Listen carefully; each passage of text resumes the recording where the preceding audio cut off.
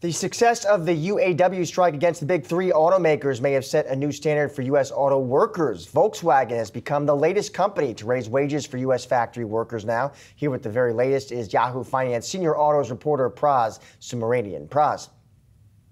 Hey, Josh. Yeah, I think you can call it the UAW bump here. Like you mentioned, Volkswagen latest to hike salaries for its production workers at its factory in Tennessee by 11% there. Follows similar moves by non-union automakers like Nissan, Honda, Toyota, and even like I said, those Japanese automakers across the country there with non-union shops. So I spoke to labor expert Merrick Masters at Wayne State University.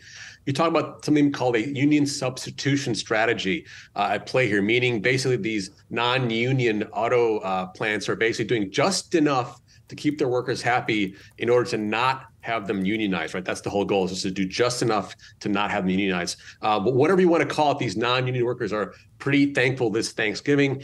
Shawn Fain, the UAW president, this is music to his ears as he tries to unionize the other plants across the country. He said, upon hearing the Toyota news of pay hikes, he said, quote, "Even though you're not members of our union, that pay raise Toyota is giving you is a UAW bump."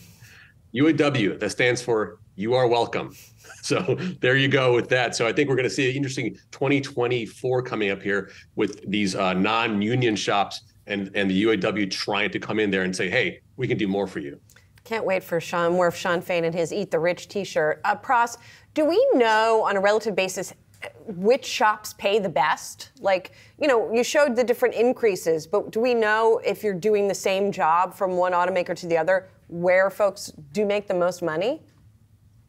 Hard to say with the non-union places. I mean, safe to say that the Ford, GM, Stellantis have, if you're a top tier wage earner there, you're probably going to be making the most across all the different automakers. You might have some such scenarios in Tesla where early factory workers are getting a tremendous amount of stock options. So hard to say, but I think what we're looking at here is you see that Hyundai number at 25% is at the end of like a several year contract. So you can see that across the board. It also depends on where you are located geographically. Are there other auto plants or even non-auto manufacturing plants that can sort of pay you more, if not or the same as to what these non-union shops are doing? So it's hard to say that at this point, but you can generally assume that potentially after this new UAW deal, historic deal they're calling it, they probably offer the best deal right now for auto workers. All right, Pras, thanks so much. Pras Subramanian, happy Thanksgiving. Thank you, you too. And I'm in your hometown of Baltimore, by the way. All three of us are going to be there. Amazing. We'll get together, have a little so much leftovers. love for Baltimore.